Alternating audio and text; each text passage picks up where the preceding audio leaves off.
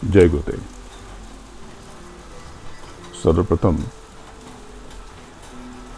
अनामी पुरुष सदगुरु परम पूज्य बाबा जय गुरुदेव जी महाराज के चरणों में कोटि कोटि प्रणाम करता हूं। तत्पश्चात आपके आज्ञा चक्र पर विराजमान प्रभु का अंश आपकी सूरत को नमन करता हूं। देखो, ये देश आपका नहीं है। आपका जो देश है वो बड़ा विलक्षण, बड़ा अद्भुत, और ऐसा कि उसकी व्याख्या अगर करना चाहूं तो ये बाहरी स्थूल जुबान से ये नामुमकिन है। आपका देश, आपका लोग बड़ा अद्भुत है। आप नीचे यहाँ पर 84 लाख योनियों में बद्ध हो। ये 84 लाख योनियाँ जेल समझ लो। तो जब आप अपने घर से नीचे उतारे गए तो आपके अंतर का आकाश बड़ा उजला था, बेहद प्रकाशवान, स्निग्ध, पवित्र, स्वच्छ। और बाद में जब कर्मों का विधान बना तब भी आप उस झांसे में नहीं फंसे। फिर आपके साथ हुआ ये कि एक साथ कई व्यवस्थाएं जोड़ दी गई। उसमें सबसे मुख्यतः 4 अंगों की व्यवस्था। ये 4 अंग, इसे 4 दल का कमल भी कहते हैं। उसी का नाम अंतःकरण है।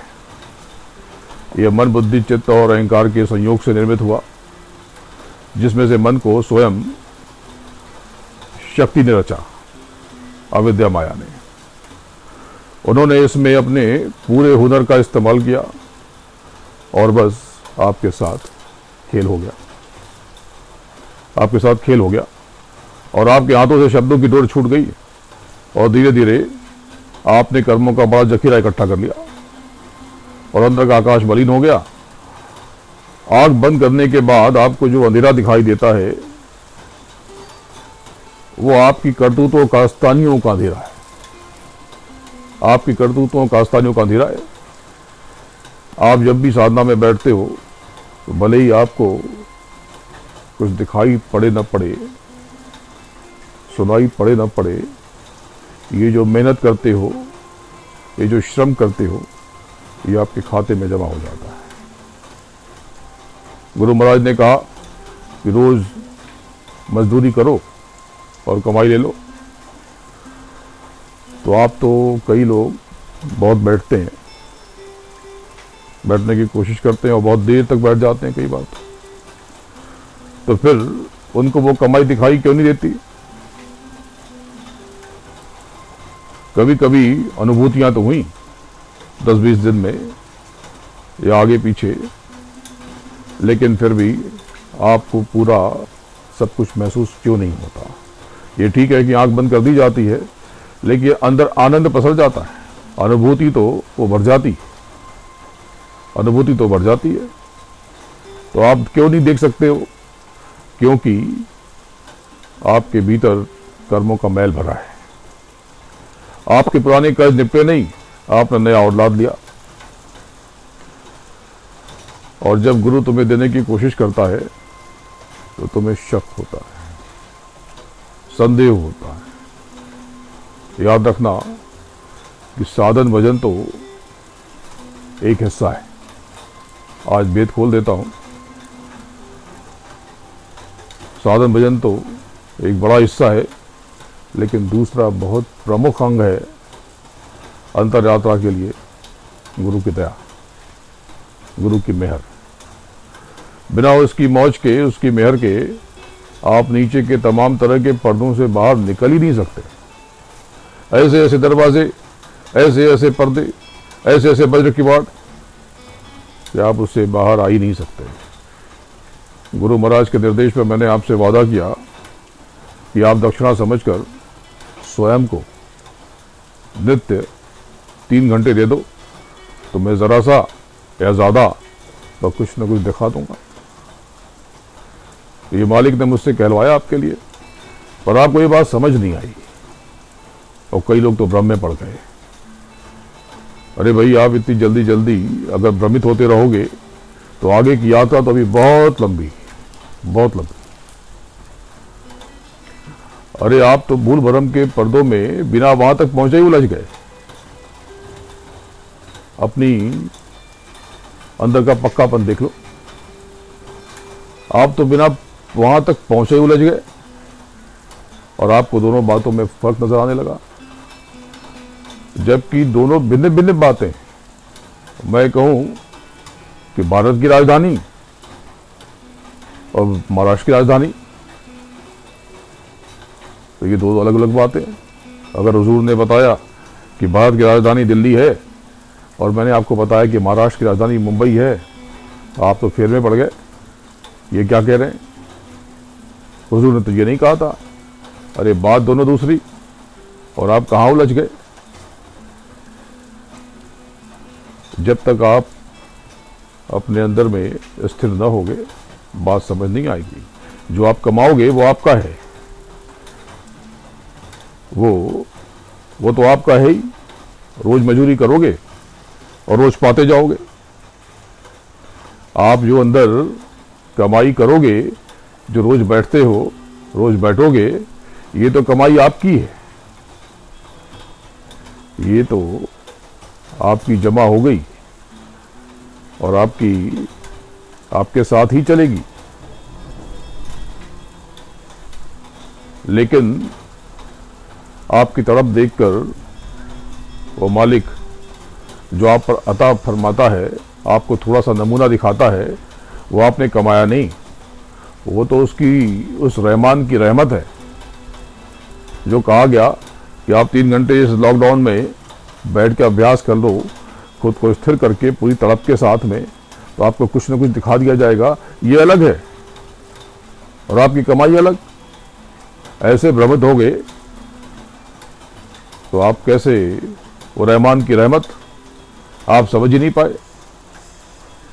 तो सुनो, इतना भ्रम अगर आप पालोगे तो ये ठीक नहीं है, ये ठीक नहीं है। किसी को क्या मिलता है, आपको क्या मिलता है? आपको जो मिला उसका देखो, दूसरों को क्या मिलता है, इस फेरे मत फलो। अगर आपको लगता है कि गुरु किसी के ज़्यादा करीब है और उनकी मेरी परवाह नहीं, तो ये बहुत असत्य है। ये बारिश बाहर हो रही झमाझम और यहाँ पे लाइट भी नहीं है, यहाँ पे आज बिजली भी नहीं है और बाहर बराबर झमाझम बारिश। अब कोई व्यक्ति आए इस पहली बारिश का आनंद लेकर के और वो कहने लगे कि ये देखो, मैं तो बहुत मज़ा आया, बहुत आनंद आया, मैं तो एकदम सराबोर हो गया।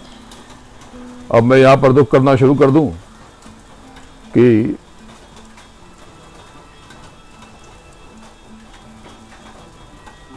ये देखो, बारिश ने तो मेरे साथ अन्याय कर दिया, बारिश ने तो मेरे साथ अन्याय कर दिया, ये तो भीग के आया और बारिश मेरे ऊपर एक बूंद भी नहीं गिरी। अगर मुझे बारिश में भीगना है तो ये जो संदेह के पर्दे, ये अपने कारनामे, ये कारस्तानियाँ, इसके जो घर बना लिए हमने, इसके जो छतरी बना ली, इसमें से बाहर आना पड़ेगा और उस मालिक के चरणों में बैठ करके अंतर में उतरना पड़ेगा। और फिर आप देखो तो ये बारिश की बूंदें, ये फूलों की खुशबू, ये मधुर संगीत, माँ का वात्सल, सदगुरु का प्रेम, हर किसी के लिए एक है, वो अलग अलग नहीं। आपको महसूस होता है। एक बड़ी अच्छी कथा सुनाता हूं। एक कहीं पर काम था, किसी ठेकेदार का काम था और उसे उस काम को शाम को 5 बजे तक हर हाल में पूरा करना था। तो उसने मजदूर मंगाए और मजदूरों ने 9 बजे से सुबह से जो समय निर्धारित था काम शुरू किया। 12 बजे तक अंदाजा हो गया कि इन मजदूरों से ये काम पूरा नहीं होगा और ज़रूरत पड़ेगी। उनकी मजदूरी थी 500 रुपये एक दिन की। तलाश हुई, आनंद फानन में और मजदूर मंगाए गए तो 12:15 तक कुछ मजदूर पास में थे, आ गए दौड़ के और उन्होंने कोशिश की, लेकिन कोई पौना घंटा ही बीता था, ठेकेदार को अंदाज़ा हो गया कि भाई इन लोगों से भी ये काम पूरा नहीं होगा। उसने और मजदूरों की तलाश की तो 2 बजे तक कुछ और मजदूर आ गए, लेकिन 4 बजते बजते ठेकेदार को लगा कि काम में थोड़ी भी अगर जोर की कमी हो गई तो ये किसी भी तरह से 5 बजे तक पूरा नहीं हो पाएगा। उसने तुरंत आनंद फानन में तलाश तेज की और 5:15 बजे तक कुछ मजदूर आ गए और उन्होंने सबने मेहनत की और 5 बजते बजते वो काम पूरा हो गया। जब मजदूरी देने की बात आई तो जो सुबह 9 बजे थे उनको 500 रुपये दे दिए गए, लेकिन जब 12 बजे वाले मजदूर 12:15 बजे वाले मजदूर आए तो उनको भी 500 रुपये दे दिए गए। ये जो सुबह से मजदूर थे इनको बड़ा बुरा लगा, चुप रहे, लेकिन बेचैनी तब बढ़ गई कि जो 2 बजे 2:15 बजे मजदूर आए थे उनको भी उतना ही दिया गया। अब मजदूरों को जो सुबह से आए थे उनको गुस्सा आने लगा और हद तो तब हो गई जब 4:15 बजे जो मजदूर आए थे उनको भी उतना ही दिया गया। अब वो भड़क गए, ठेकेदार के पास पहुंचे, बोले ये तो अन्याय है, ये तो नाइंसाफी। बोले क्यों, क्या दिक्कत हो गई? बोले हम लोग सुबह 9 बजे से काम कर रहे, ये 12 बजे आए इनको भी वही, वो 2:15 बजे आए उनको भी वही, वो 4:15 बजे आए उनको भी वही। ठेकेदार गंभीर हो गया और उसने कहा कि तुम्हारी मजदूरी कितनी है? बोले 500 रुपये। बोले तय कितना हुआ था? बोला 500 रुपये। बोले तुम्हें 500 मिले या नहीं मिले? बोले ठीक। बोले मिले तो, लेकिन आपने पक्षपात किया है, आप पक्षपात करते हो। बोले तुम अपनी मजदूरी बताओ कि तुम्हें 500 मिले कि नहीं मिले? बोले जी मिले। बोले बस बात खत्म हो जाती है। अब 12 बजे वाले को और 2 बजे वाले को और 4 बजे वाले को कितना मिला ये तुम्हारा विषय नहीं है, तुम्हें तुम्हारी मजदूरी मिल रही। अगर तुम्हें लगता है कि तुम्हारे साथ अन्याय हुआ है तो अन्याय कहां से हुआ?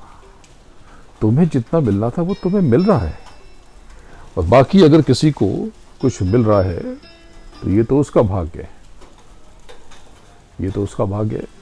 लेकिन तुम सुनना ही चाहते हो तो सुनो। जब मुझे ये अंदाजा हो गया कि तुम लोगों से काम नहीं हो पाएगा और 12 बजे मैंने तलाश शुरू की, तो 12 बजे तक कोई मजदूर तो बैठता नहीं है, लेकिन बमुश्किल वो 500 में राजी हो गए, यही बड़ी बात है। वो न चाहते तो ना आते और मेरा काम ना होता। लेकिन जो 2 बजे और 4 बजे जो मजदूर आए उन्होंने मुझ पे एहसान किया, उन्होंने मुझ पे एहसान किया। मुझे किसको क्या देना है इसका फैसला तुम कैसे कर सकते हो? क्या तुम्हें मजदूरी नहीं मिली? अगर किसी को लगता है कि वो प्रभु, वो गुरु उसको प्रेम नहीं करता, ये कैसे? दूसरों की कमीज सफेद होने से अपनी कमीज मैली कैसे हो जाती है? दूसरों के घर में बड़ी बड़ी गाड़ियां हैं तो तुम्हें अपनी गाड़ी छोटी नजर आएगी। तुम अपनी गाड़ी को देखो ना, कितनी कृपा है उस पर, कितनी बढ़िया चल रही है। अगर सदगुरु तुम्हें व्यक्तिगत रूप से याद कर लेता है, क्या तुम सौभाग्यशाली नहीं हो? न जाने कितने लोग हैं जिन्होंने सामने से भेंट मुलाकात भी नहीं की। अनावश्यक संदेह लेकर के आओगे तो भ्रमित हो जाओगे। ये तो तुम खुद को भी पीड़ा देते हो और उस मालिक को भी, और कर्मों के नए झमेले में फंसते चले जाते। इतना संदेह करके तुम अंतर यात्रा कैसे करोगे? वक्त जरा सा है मुट्ठी में और सफर काफी लंबा है। देखो, तुम साधना में जितना समय दोगे वो मजूरी तुम्हारे खाते में जमा करती जाती है। पर तुम बैठे तो घंटों, लेकिन स्थिर ना हो सके तो चंचलता से तो देखो दही भी नहीं जमती, कुछ नहीं होता।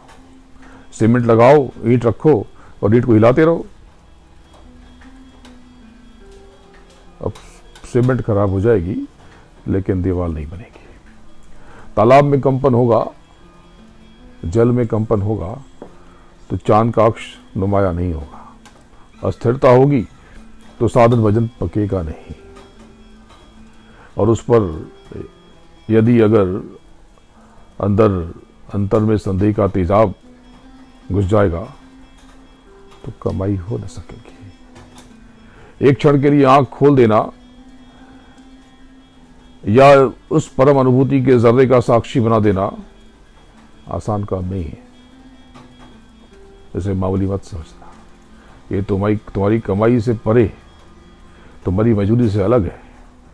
ये तो उस रहमान की रहमत है, उस मेहरबान की मेहरबानी है। वो भी तब जब तुम्हारी कमाई हुई ही नहीं, उस पर वो दे दे। अंदर अगर स्थिरता नहीं है, जो राह दिखा रहा है आपको उसके लिए तड़प नहीं है, तो खाली कान में उंगली डालना थोड़ी कमाई है। अरे भजन में कमाओ और दूसरी तरफ अंतःकरण सारी कमाई लुटाता रहे तो कुछ बचा कहां। बर्तन भरते रहो और छेद हो जाए तो सब खाली भी तो हो जाता है। मन का तुम पर जब पूरा कब्जा हो तो ऊपर चढ़ोगे कैसे? तो कमाई कहां हुई? अंतःकरण तुम्हारी सारी कमाई लूट लेता है। उसके ऊपर चढ़ते हो तो रिद्धियां सिद्धियां लूट लेती हैं, और ये हर कदम पे होगा। तो अंदर खुद को पकाओ, भ्रमित मत होना। अपने विश्वास का बिंदु कंपित होने मत देना। असली ताकत उस बिंदु पर स्थिरता की है। नियमित साधन भजन करो और उस पर पूरी आस्था विश्वास से गुरु महाराज के, सदगुरु के चरणों में बैठकर उनकी दया, उनकी मेहर लेते रहो। कंपन हो जाएगा, भ्रमित हो जाओगे तो कुछ हासिल नहीं होगा। एक कथा आपको बहुत पहले सुनाई, कई बार सुनाई, याद आ गई। एक राजा शोभा यात्रा पे निकला था। पूरे शहर में उसकी फेरी घूम रही थी। सारे हाथी घोड़े रथ चल रहा था, नगाड़े बज रहे थे, प्रजा अपने सम्राट का इस्तकबाल कर रही थी।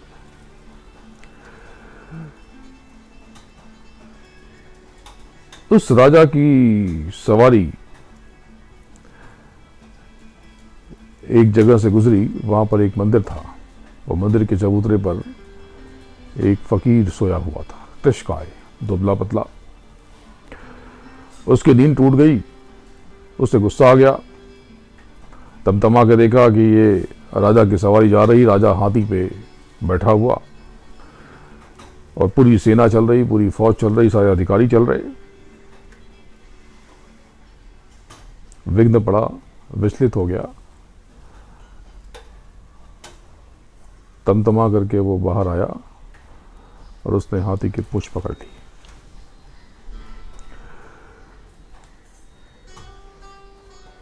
ये क्या? हाथी एक सूत भी हिल न सका। इतना शक्तिशाली हाथी। बहुत प्रयास किया हाथी ने, महावत ने बहुत कोशिश की, हाथी हिल भी न सका। सब स्तब्ध। राजा की तो जैसे सारा रजस मिट्टी में मिल गया। एक सम्राट का सम्राट होना चूक गया, बेकार हो गया।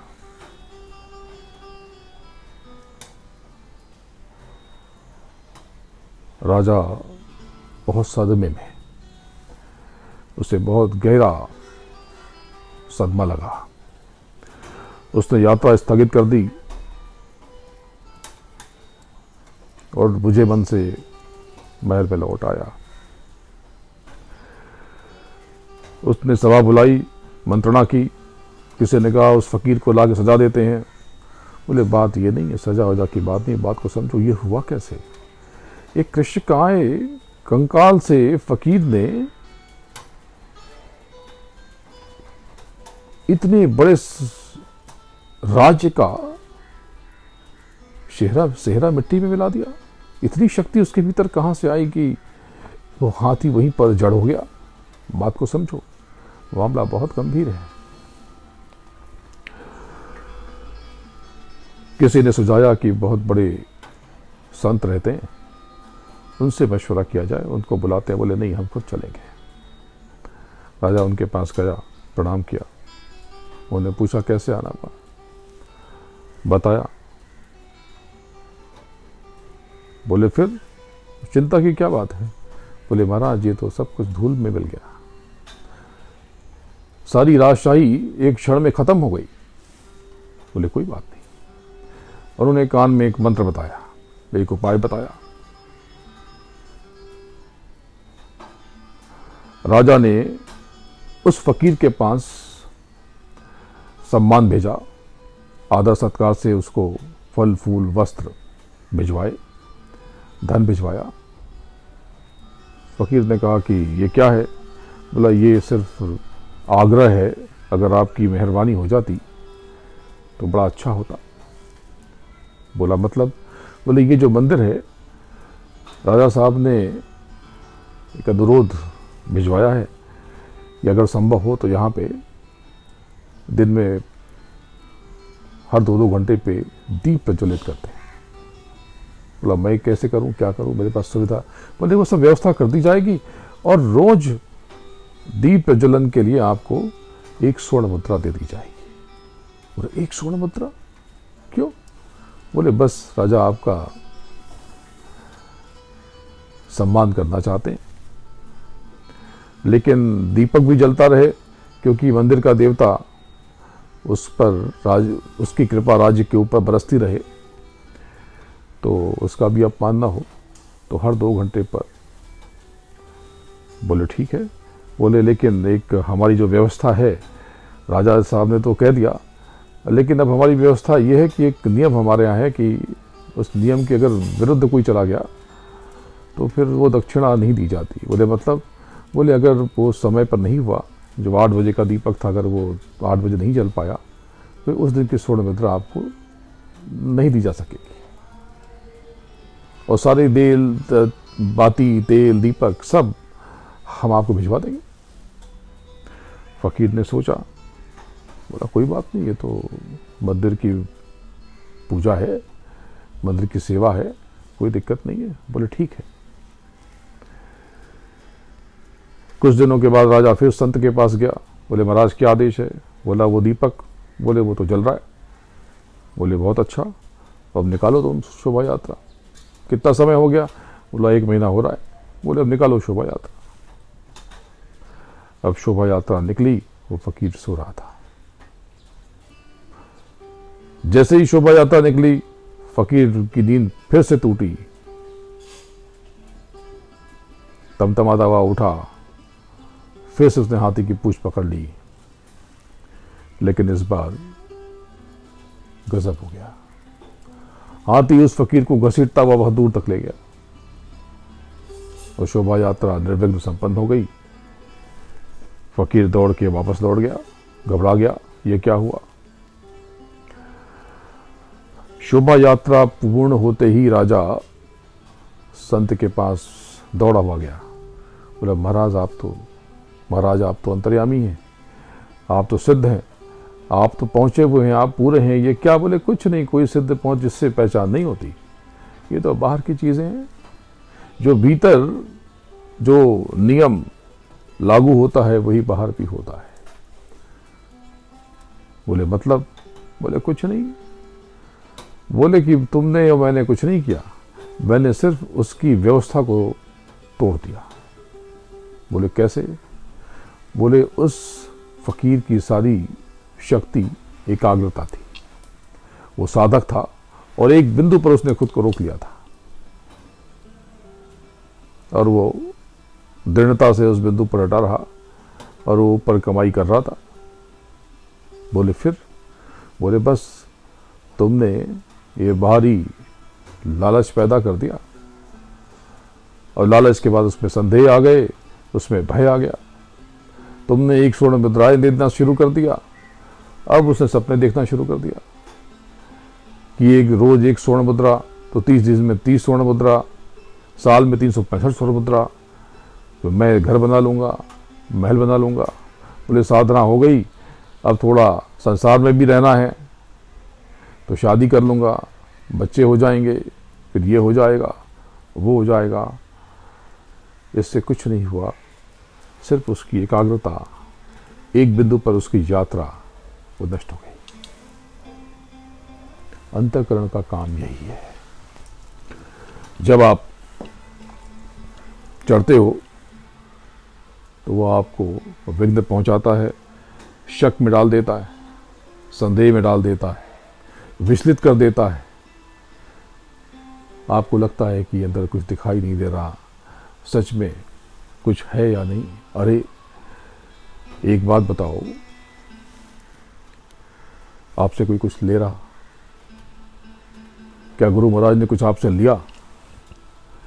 ये कमाई आपकी स्वयं की है, ये सेवा आपको आपकी सूरत की है, पर आप समझ नहीं पाए। आगे की यात्रा बहुत लंबी है और मालिक आपसे बहुत प्रेम करते हैं, इसलिए आपको मुफ्त में जो कुछ मिल रहा तो आपको ज्यादा भ्रम हो रहा। अगर इसकी कीमत चुकानी पड़ती तो जमीन आसमान बेच देते। इसकी कीमत अता न फरमाते, इसकी कीमत चुका न पाते, कीमत अदा न कर पाते। ये कर्मों का कूड़ा करकट इतना ज्यादा है, अंतर में जो मैल भर गया, इतना ज्यादा गंदा, इतना ज्यादा मैला कि आपको बाहर चारों तरफ मैल दिखाई देता है। ये भूल आपकी नहीं है, ये अंतःकरण चीज ही ऐसी है और उसमें जो मन है उसकी डोर सीधा अविद्या माया के पास में। तो देखो,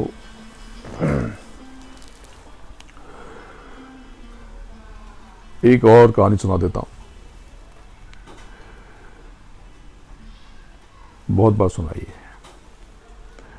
एक राजा का बच्चा खो गया था, नाराज होकर चला गया बचपन में, 4-5 साल का, बहुत खोजा उसने, लेकिन वो नहीं मिला, बहुत तलाश की।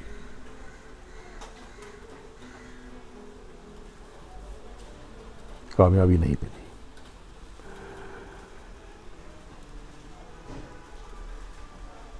राजा बूढ़ा होता गया, कोई 20-22 साल बीत गए। एक दिन वो बरामदे में बैठा हुआ था और उसकी नजर गई कि सड़क के उस तरफ एक भिखारी पेड़ के नीचे खड़ा हुआ है। उसने गौर से देखा, उसके कान को देखा, उसके ललाट को देखा, उसके बाजुओं को देखा, दूरबीन मंगाई, उसकी देह के निशान को देखा, कांप उठा, जोर से आवाज लगाई। अधिकारी आ गए, मंत्री आ गए। मंत्री ने, क्या हुआ महाराज? बोले मेरा बेटा मिल गया, जल्दी चलो, नहीं तो वो चला जाएगा। मंत्री ने कहा, राजन रुके, आपको पता है कि कैसे पता कि ये वो आपका बेटा है?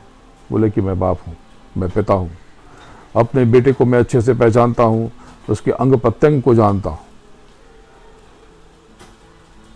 बोले ठीक है, ये तो बात की बात है कि वो आपका बेटा है कि नहीं, लेकिन अगर आप गए तो वो भाग जाएगा, क्योंकि आप जाएंगे तो आप अकेले जाएंगे नहीं, आपके रक्षक जाएंगे, बॉडीगार्ड जाएंगे, अधिकारी जाएंगे।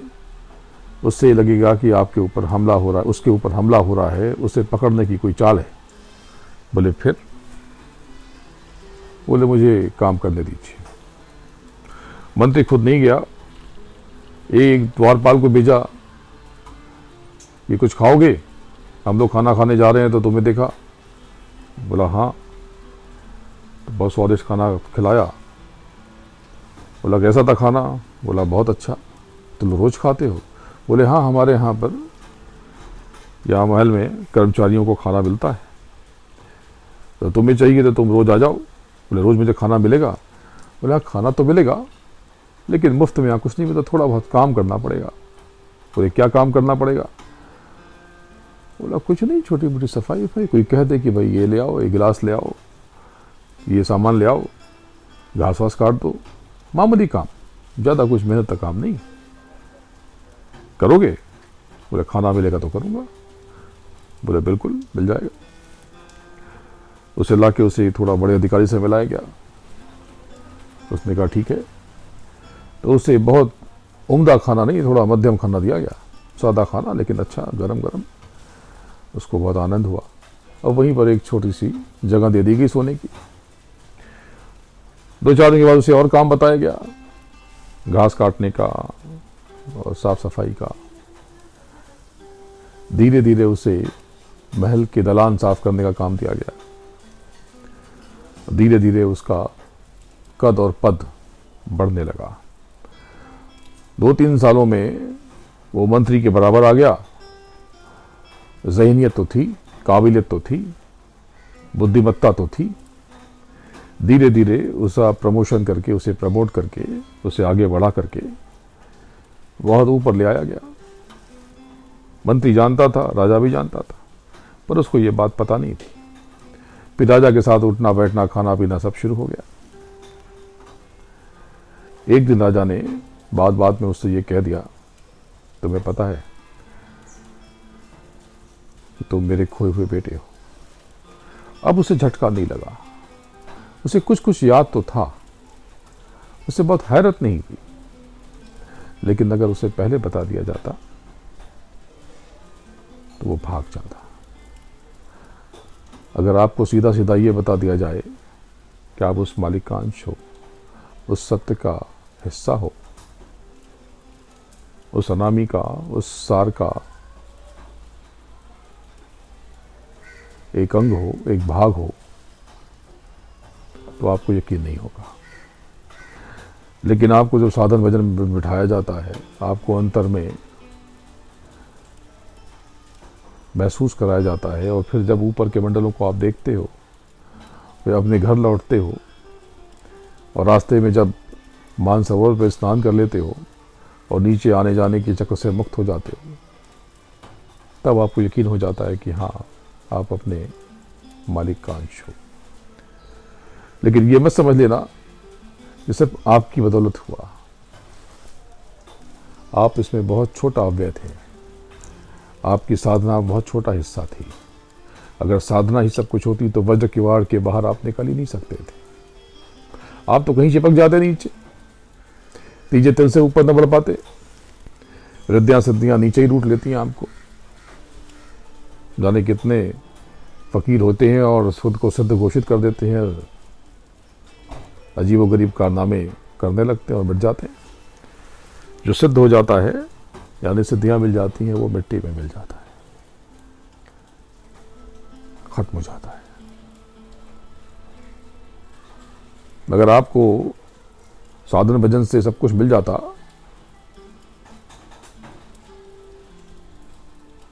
तो आप चिपक जाओ।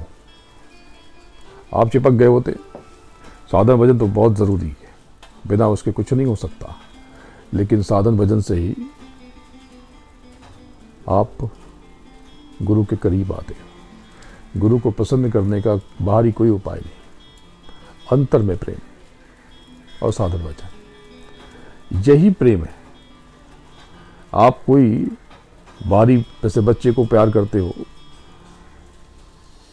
माँ बाप को प्यार करते हो, मित्रों को और पति पत्नी को प्यार करते हो, वैसा प्रेम तो आप, ये बाहरी प्रेम है। ये आप जताओ न जताओ, अंतर में जब तड़प हो जाए उस मालिक के लिए, उस सदगुरु के लिए, वो असली प्रेम है। जब वो प्रेम हो जाएगा तो उस कवच, आप उसके कवच में, उसकी छतरी में बन जाओगे।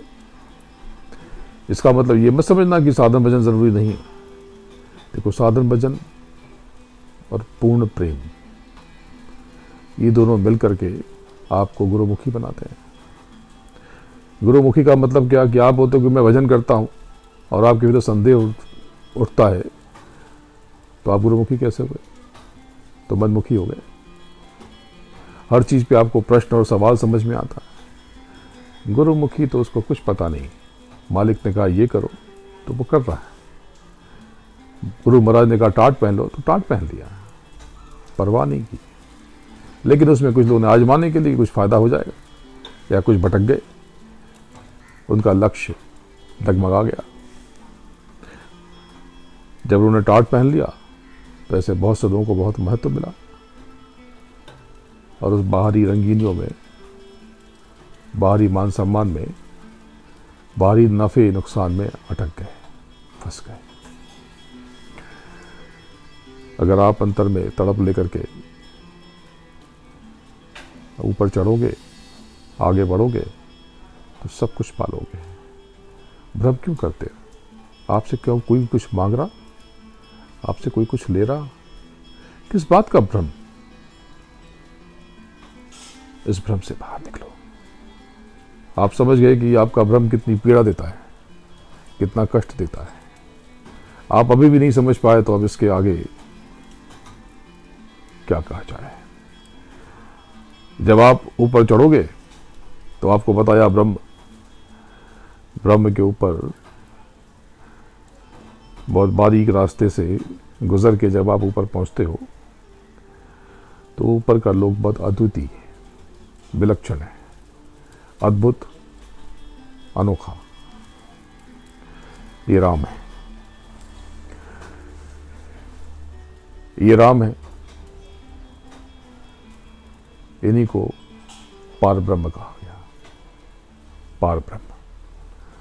इनका जो लोक है वो 10वां दरवाजा। वहां कोई 10 दरवाजे नहीं, उसे 10वां द्वार निशानी के लिए कहते हैं कि नीचे के 9 द्वार और ऊपर 10वां द्वार। गुरुत्व पद 9वां द्वार और 10वां द्वार। वो बड़ा स्निग्ध, बड़ा विलक्षण, इसी के मालिक राम है। और कुछ कुछ फकीरों ने इनको ही अल्लाह ताला कहा। अल्लाह अलग और अल्लाह ताला अलग। कई बार सम्मान देने के लिए अल्लाह को अल्लाह ताला कहते हैं, तो ऊपरी शक्तियों को सम्मान देने के लिए बहुत से लोग ब्रह्म को ही अंत समझ लेते हैं। कई संतों ने भी पूर्ण ब्रह्म की बात की, पर पूर्ण ब्रह्म और पार ब्रह्म और ब्रह्म ये भिन्न भिन्न है। ब्रह्म तो श्री कृष्ण है जो द्वारिका यानी कि त्रिकुटी के ऊपरी बुआने में निवास करते हैं। अभी तो त्रिकुटी के बहुत से भेद खोलने बचे, बहुत भेद। ये सिर्फ इतने 3 त्रिकुटी के 3 केंद्रों की मैंने व्याख्या कर दी, इतना नहीं। अभी तो व्याख्या कुछ की नहीं, बहुत कुछ बचा हुआ है। मालिक का आदेश हो जाए तो आपको सब सुना दूं। लेकिन वो कहते हैं इनको ये देख लें, इनको दिखाओ। तो आप नियमित जब साधना में बैठोगे, ब्रह्म, यहाँ 2 धाराएं, एक महीन सी और एक महीन में जरा सा मोटी सी। तो जैसे किंकरी एकदम महीन है और उसमें से बाली ने आसारंगी जरा सा मोटी, तो एक उठती है रांग और एक दूसरी धार उठती है, उसमें से ध्वनि प्रस्फुटित होती है रांग। तो जिसने एक धार सुन ली तो उसने राम समझा, यही राम है। तो आप कहेंगे कि तब वो राम कौन? ईश्वर। बताया गया कि ईश्वर राम के अवतार, वो राम के अवतार थे और उस अवतार का नाम राम रखा गया। उस देह में धारण करने के, उस देह को धारण करने के, नीचे की देह पहनने के बाद उस बच्चे का नाम उस पार ब्रह्म के नाम पे राम रखा गया। और ये जो राम राम राम जपते हैं, ये जपने से ये 10वें द्वार के हकदार हो जाते हैं। यही राम ही रंग है। अंदर का लोक इसकी रचना कभी बताऊंगा तो रोम रोम झंकृत हो उठेंगे। जैसे बिना सीप के मोती, अनगिनत मोती, और इतने बड़े लोगों के आकार के, इतनी चमक, इतनी सफेदी, इतनी स्निग्धता, इतनी पवित्रता,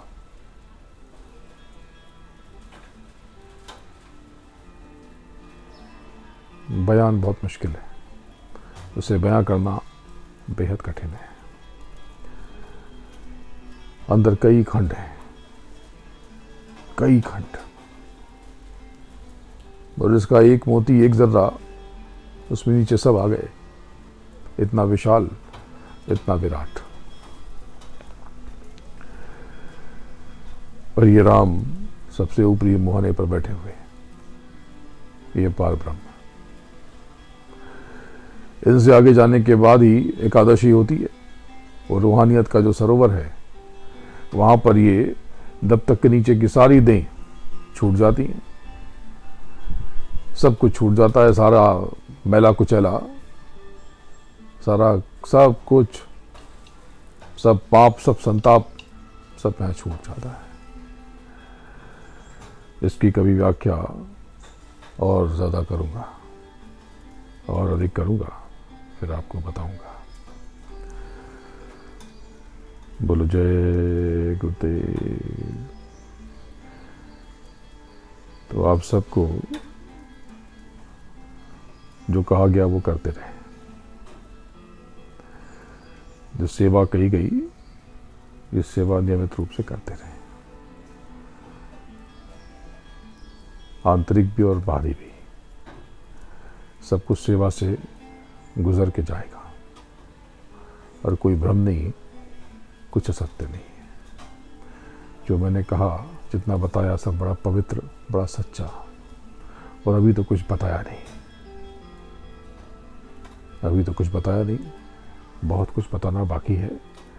जो असली चीज़ है कि गुरु सिर्फ गुरु महाराज हैं, गुरु महाराज थे, गुरु महाराज हैं, और गुरु महाराज रहेंगे। बस इतनी सी बात है, और यही सच है। मैं तो गुरु हूँ नहीं, मैं तो जर रहा हूँ अपने गुरु के चरणों की धूल, अपने मुर्शिद के